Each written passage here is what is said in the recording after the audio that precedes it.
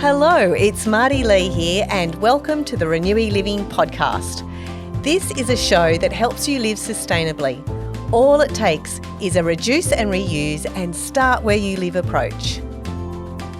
Based in Newcastle, Australia, each conversation will be with changemakers in my community who are doing good for people and planet.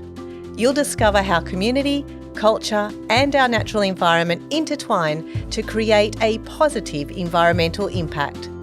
Together, we'll learn how to naturally embed sustainability into our unique lifestyles. So join me on the ReNewy Living podcast.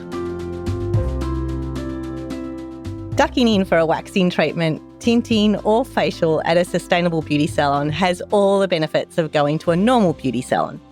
But by far the greatest benefit is knowing that a beauty salon who cares about your skin and body also cares deeply about our planet. Emma Summerhayes is a local Newcastle business owner from Slow Skin Co.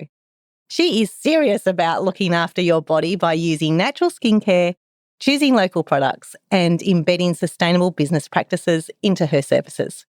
Hello and welcome, Emma.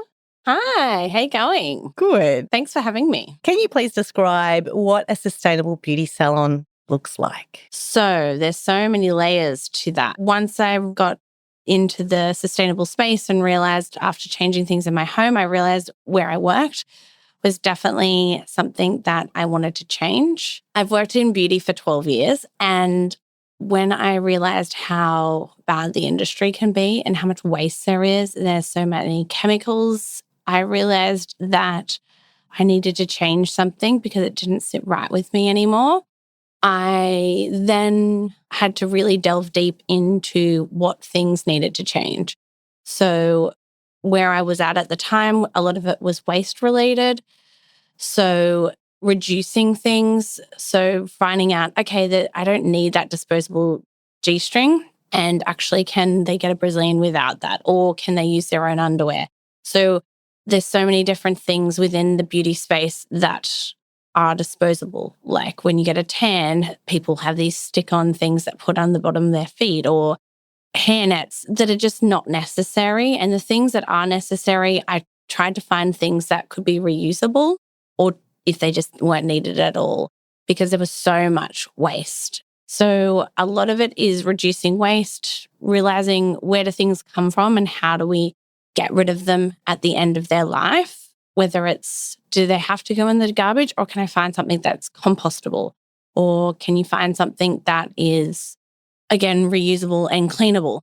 And then with chemicals, then reducing that as well. Yeah, so you started with looking at the treatments you provide and what services like you offer in that and then looking at those products within your salon, within your services. That's one of the starting points for you as a sustainable beauty salon. Yes, yeah. And then you're starting to say, flowing on from that is like the chemicals and the extra things. Yes. So I worked for other people for years and then when I realised and I got into this space that, it didn't resonate anymore with the way that beauty was run. I had looked around for salons to work at, but they weren't around here in Newcastle. So I realised that I really needed to make my own to be able to feel right about it again and be in this industry. That's really brave to start your own salon, but the values and the ethics that you wanted to have were really important to you. Yeah, definitely. And there's some other people that were around doing that, but it wasn't anywhere close to here in Newcastle. So I could use that as a sort of starting place to learn from other people, which was great. But I really wanted to be able to push it because some places would have natural beauty products, but then they wouldn't be sustainable in terms of the waste. Like they'd still have all the waste or they have lots of other chemical things. Like they'd still be using chemical-based waxes and things like that for waxing, like hair removal. Talk about the chemical-based waxes that are used in a normal salon compared to your sugar waxing that you use. What is the big difference? Aside from the fact that it's water-soluble, sugaring is. So because it's literally made out of lemon water and sugar, of course, there are variations of that because brands like to make it with different smells and with natural products, of course, or some are made with honey. But I wanted sugar waxing because, yes, it's firstly water soluble, whereas mainstream waxing now goes hard and you have to throw it in the bin. There's a lot of synthetic products in it. It goes on hot and dries, and so you remove it. There is still strip wax, but again, it is not water soluble. I moved over to this also because the wax can be removed. I have sustainable salons in my recycling system within my salon, and that means that I can actually send the paper wax strips to them so they can recycle those, which is great because it's not like I'm reusing them, because some of the waxing systems a while ago, people could reuse things like calico, but it's not always easy to use those sorts of things. They're not always easy systems to use. And that was still with more mainstream wax. So it's also sugaring I like because it's a less heat, so it's less likely to burn people. It's more for sensitive skin. I find the hair grows back slower. I just find it works with our bodies better. And of course, then you're not having that exposure to the chemicals, because that's the other thing. Even though people think, oh, it just goes on and goes off, that heated up chemicals when it sits on your skin, our skin is a live organ. And so we do absorb those chemicals. And it's put on very sensitive places, like around our eyes or our private areas and things like that. That's one of those things that I see as a big difference is if you're using a more natural-based product, we are reducing our toxic load on our body. We've got a huge toxic load without us even realising it. One of the places that we met and had our first discussion was about low tox. Yeah. You remember that? Yeah, definitely. And both of us were on the same page with it. So low tox is really important to you. Mm-hmm. Yes. Well, it all started in my home because I realised how much it was there. And then once I got into the beauty industry, I realized that it's something like 26 seconds is all it takes for the chemicals in our skincare to get into our bloodstream. And that was a massive thing for me, because then I was like, well, it's barely enough time to wash it off. And I'm putting all this skincare and all these products and wax and things on myself, let alone on people constantly. And I'm exposed to that. And people are quick to be like, well, this chemical within this skincare brand says it's safe. But the thing with the toxic load is, yeah, maybe in that 5% it's safe. If you're exposed to that in your hand cream and your face cream and your eye cream and your shampoo and your body wash and your room spray and your perfume, insert 10 more things, we have so many products and things in our house and we don't know what's in them, and we shouldn't need a science degree to read our skincare brands. It's actually ridiculous. The beauty industry is not regulated as heavily as it could be. And there's a lot of ingredients in our skincare in Australia that is banned in Europe. Oh, fascinating, really? Yeah, there's so many that it's we're not as regulated here. That's really interesting because I know food has got some really strict labelling requirements in Australia. Because we're ingesting it. It's different. As soon as it's on your skin, they seem to not have, they still have regulations, of course, but it's not as strict as it could be. Because even things like cleaning products, which I know that's off topic for us, but in terms of with your skin exposure, some of the brands don't have their ingredients in it. If you ask them, they have to give it to you. But because you're not touching it with your skin, because they will say, well, you should have worn gloves, they don't put ingredients on there. But we absorb all that. And most of us go without gloves cleaning. A lot of people clean without their gloves, And even though skincare is obviously different, there's this weird loophole where we seem to be well, it's within a certain percentage, so it's fine. Whereas I kind of like to think err on the side of caution. If something is petroleum-based and synthetically made, I like to try and avoid it where possible because I don't know what the long-term effects are. Or I do, and yes, I'm not guaranteed that I'm getting that type of exposure, but I really don't want to risk it because it is in so many things. Really interesting points. You started your business back in October 2018. You wanted to go into a beauty salon and make it more sustainable. What were the challenges that you faced? So many things. Because when you start, you realize there's actually a lot. First, I had to think, what do I not want to do? So some of the things I could cut out made it a little bit easier because I don't like doing nails. Nails is a massive thing. Why because don't you like doing nails? they're just too finicky. Yeah, okay. So, Okay. I mean, I had the benefit of not being able to cut out the things that I didn't find easy. Plus, there was another business around who was doing it more sustainable, so that was good. But things like that, you start having the layers of when you're doing penetration of the skin, so anything that's obviously penetrating the skin, like nails, you start having to use things like autoclaves and cleaning things, or it has to be disposable. So then everything, you don't have to use an autoclave, which is a cleaning process, like a machine that sterilizes things.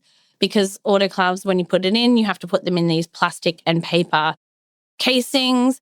And of course, we want that because it's sterilized. But then it's like, okay, can I separate it, recycle that? And I'd already worked in a salon who had an autoclave, so I knew the challenges of that kind of thing.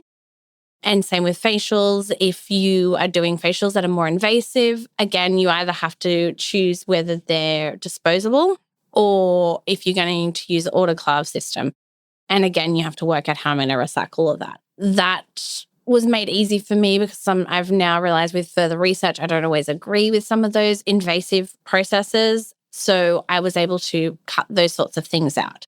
But then when it came to the services that I did want, I was like, okay, what do I normally use in it? And there were so many things, like even down to cotton tips, things like that, that were often with a plastic rod part. And, they find them all over the world, over beaches and in animals' stomachs and all these things. And it's just like, I don't want to be part of that anymore. So then it was like, okay, I still need something like that. And I looked at reusing ones that are like silicone, which are great in theory, but they don't work as well. They're not as absorbent. That is a big challenge, isn't it? Because sometimes there's a place for plastic, but it's a big challenge if that's not your value. Yeah, totally. And the reusable cotton tip, for instance, is great for at home when you're just doing makeup and it's only yourself, but it wasn't great for doing tinting and things. And I still needed to give a service because people think that if you're going sustainable, that you're giving things up. Like the amount of times that are people being like, oh, you can do this, you deserve this because you give up so much. And I'm like, I don't feel like I give up things. I feel like it's a win for me when I can change things over. Or I realized I didn't need that thing in the first place. So with the cotton tips, then I found, okay, do I want it with wood or do I want it with bamboo? But there's so many layers, right? It's like with wood, where is that being farmed from? And I know this sounds deep, but you have to think of those things because I've gone from being so mindless about how I think about things to then once you realize it's like, okay, is this sustainably farmed? Bamboo's great. It's faster grown.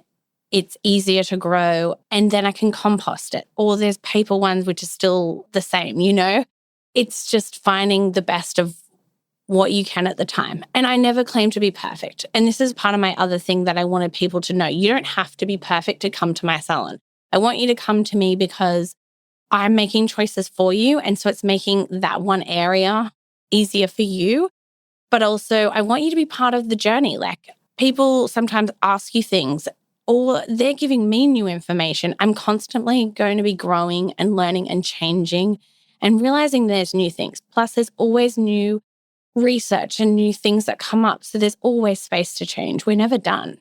That is so important because lifelong learning, that's what I like to call it, is just a part of growing. And what we found out 1 year ago is different to what we're finding now. And it's like a building block, a foundation, isn't it? So that sounds like how you've started with your salon. You started with one thing and then it's progressed to the next thing and the next thing. You provide a lot of products for sale. So how did you go about choosing who those suppliers would be? It took a long time because I had to try a lot of them as well. And people aren't going to change over if it doesn't work as well, because mainstream skincare sell us a story.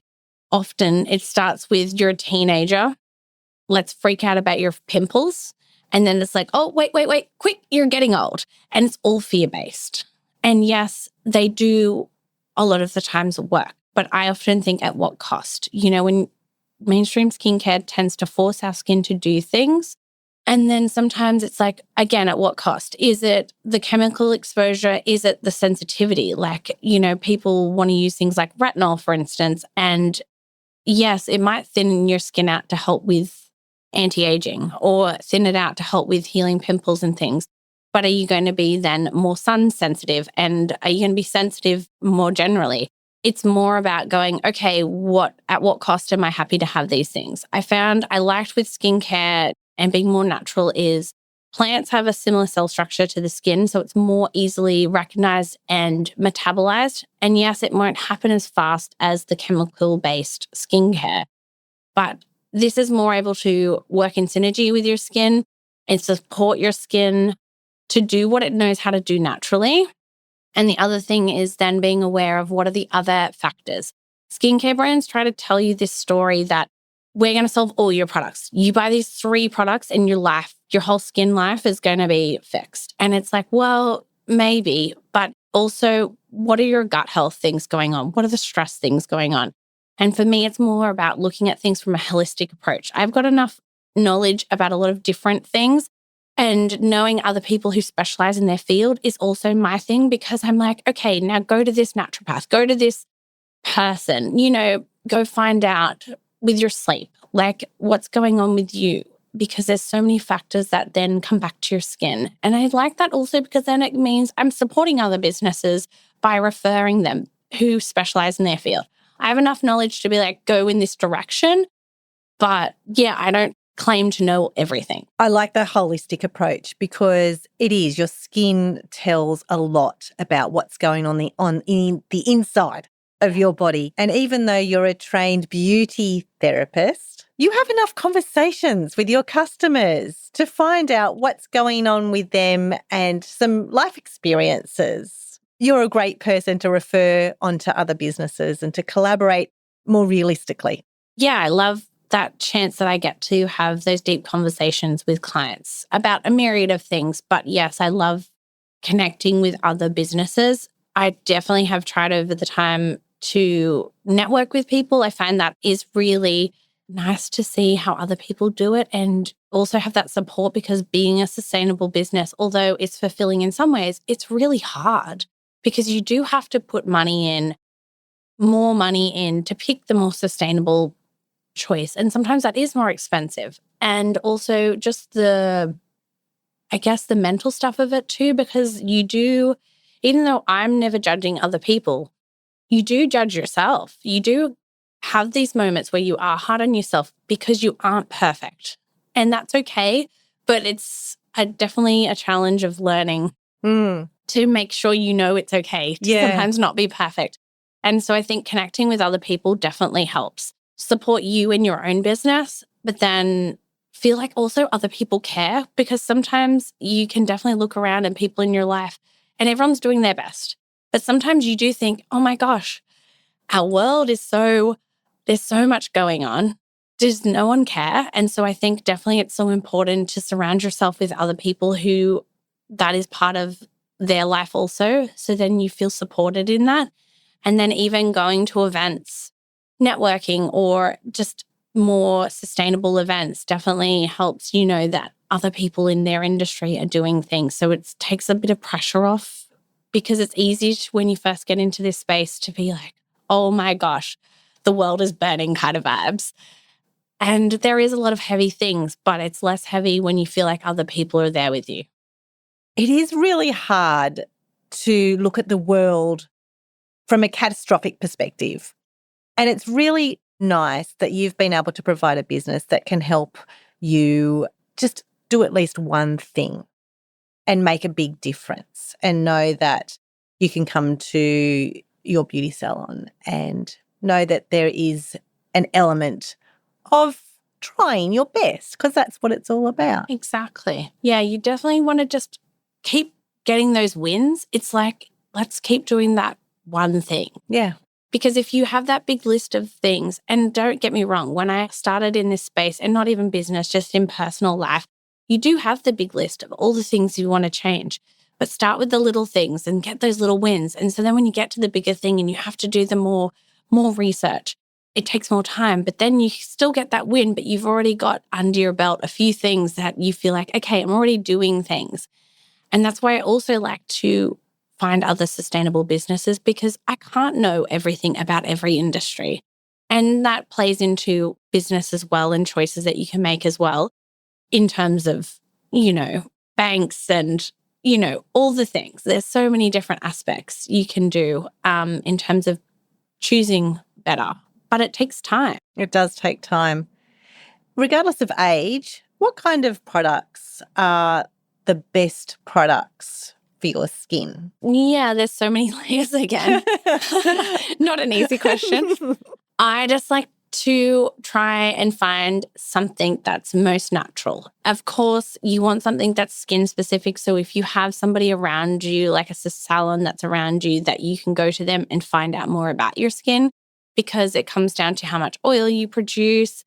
If you're sensitive, there's so many factors that can come into it. Age, of course, as well does come into it, because once we hit puberty, and obviously our skin goes a bit wild, and then once we finish puberty, our oil production slows, and so you need something a little bit heavier.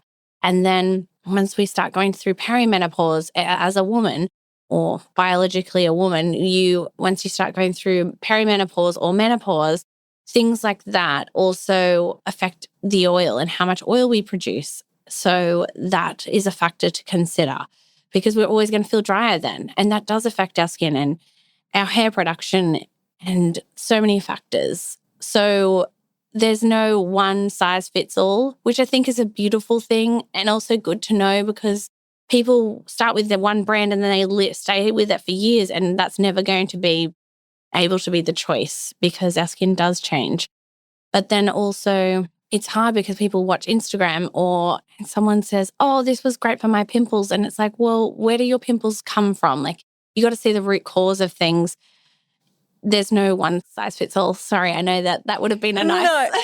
No one size fits all, but I'll give you a good example. My mum is 74 years of age, and we met up with a 22-year-old. And she said to my mum, wow, you've got amazing skin. What's your secret? My mum's secret was not really a secret at all. It's sunscreen. So my mum has been using sunscreen for her entire life. Yes, sunscreen has changed. That is a good one. It is a good one, isn't it? Yeah. The sunscreen SPF factor has changed over time, and you can get really high SPF now. But when my mum was younger, the SPF was really low, but there's still the application of sunscreen. And I'm hoping that she's changed the world of this 22-year-old who had already got into the anti-aging creams. So it was totally. mum's wisdom to say, just sunscreen it. Definitely. Sunscreen is very important, especially living in a place like Australia. That is a harder thing to find naturally than people would realise. And Australians, considering we really need sunscreen, are very fussy with sunscreen. We're funny about the smell and the texture. So that has been a bit of definitely a journey to find, but I've definitely found ones that I like now, because you also need the higher SPF. We also still need to wear it in winter. We need some vitamin D, of course, but like a small amount, no sunbaking. That's the hard thing, because we all want to be tanned in summer, but slowly changing. What about the beauty industry as a whole? What kind of impact do you think you have there? That's something that I'm hoping to change in the future as it's coming. I've definitely had times where I've talked to other salons and they've asked me questions about things that I use. But I, at the moment, use Sustainable Salons, which is a recycling system. They have a few beauty salons that use it also around. That's something that they're wanting to focus on, getting more beauty salons, because they started as a hair salon recycling system. So with that, you can recycle paper. So the paper that comes through the waxing, like I was saying before, the paper that all the products are sent in. So money goes towards Oz Harvest, which is really great because that's feeding people who are in need. The plastic in it gets recycled. So you can recycle like bottles and like the pumps, things that normally have to go in the bin. So I really love things like that, because then that can get recycled back into new things. They have been recycling it into products that people can reuse in salons and sell them, like hair brushes and a myriad of different things. For me, I'm definitely wanting to help educate other salons over the time eventually, because it does take a lot of research and a lot of time of testing things out, and does that work, and finding the right way. And not every salon is going to be exactly the same as mine. But if I can help educate people so then they can find their right way for their salon is going to make a big difference, I think. Because I think a lot of people want to change, but it's a lot. It's a lot of research. And I've got a lot of random information that I know, so I would love to be able to help people. Share that randomness. But also you've been really authentic in your journey to get to this point. Definitely, yeah. It's come out of passion and, a good bit of ADHD, hyperfocus. So that definitely helped. But being obsessed with it also pushed me to keep going further. It's just then been finding the balance. And that's what I like now is being able to find the balance. Because when you all start getting into that space, as you would know, it's quite stressful because you know how bad it can be. But then you find your balance and it's like, okay, I can let a few things go and I don't have to be exactly perfect. But it also means that not only are you doing that for yourself, you're able to do that for other people. And I think that's when I'm able to educate people is because I'm not coming from a place of judgment. Or my anxiety and fear about not being perfect doesn't come across as that either, because that's the other thing. Sometimes subconsciously we can come across to people that we're judging them. So I find once you found your balance with how you feel about it all, you're able to educate others. Because balance is everything. Yes. You can't be 100% one way and then feel guilty for not doing something. If you find that perfect balance, much, much better. I think with the balance part, it's also because your climate anxiety can get really high. That's where you need to really protect yourself. And I've definitely had to let things go. And because I've gone through life changes like having a baby, that I had to let things go because I can't do everything perfectly. And whether that's letting some things go completely because it's just your time of life, that's okay. And knowing that that's okay. Or whether it's outsourcing, going, I can't cook everything myself. Okay, where can I get it? On a different note, I think with the skincare stuff and with researching when you are trying to find things, of course, finding a salon if it's near you that is more sustainable minded is great. But it's just being able to go in educated, but then with a critical mind because there's a lot of greenwashing. So it's like also just trying to do that research and realize, okay, they might have a lot of sustainable words written on their website, but okay, if I'm trying to look for a brand that's better, even though they might say their key ingredients, if they don't have their full ingredients list, go looking for it. Just don't read the front packet. Go turn the product over, look at the back, look at the ingredients. What I like to see are ingredients that I understand. Especially if you're getting brands that are going to try and be a little bit more results driven. There are going to be ingredients that you don't always understand because unfortunately it's just hard to read them, but you can use things like chemical maze or you will have to Google some of them and you find out what the ingredients, where it comes from, what's it derived from. They're good ways to Google things because sometimes even though it's got a scientific word, it can be from a natural derivative. It's just being able to take that time. I know that is hard, but then it's also like follow sustainable salons like me and then go, oh, okay, I like that brand. Or can I order it online from them? And they've already done the research. Or you can ask more questions. You can also just message DM brands or salons and ask them more about those products. Because when I'm saying on the websites, they'll often say the key ingredients, but it doesn't say the full ingredients list. So when you find those websites, look for the full ingredients list because you want to know what's going into it and what's going into your body because it's our biggest organ. Very important. Thanks, Emma, so much for your insight about becoming a sustainable beauty salon in the Newcastle area. Thank you. Thanks to Awesome Newcastle for their support. Thank you so much for tuning in to the ReNewy Living podcast. This podcast was recorded on Awabakal country. I wish to acknowledge the traditional owners of the land and waters in the Newcastle and Lake Macquarie region of New South Wales.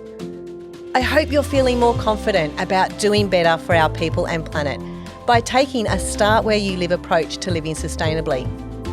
If this episode has spurred you into action, please feel free to follow and share it with your friends. It would mean the world to me.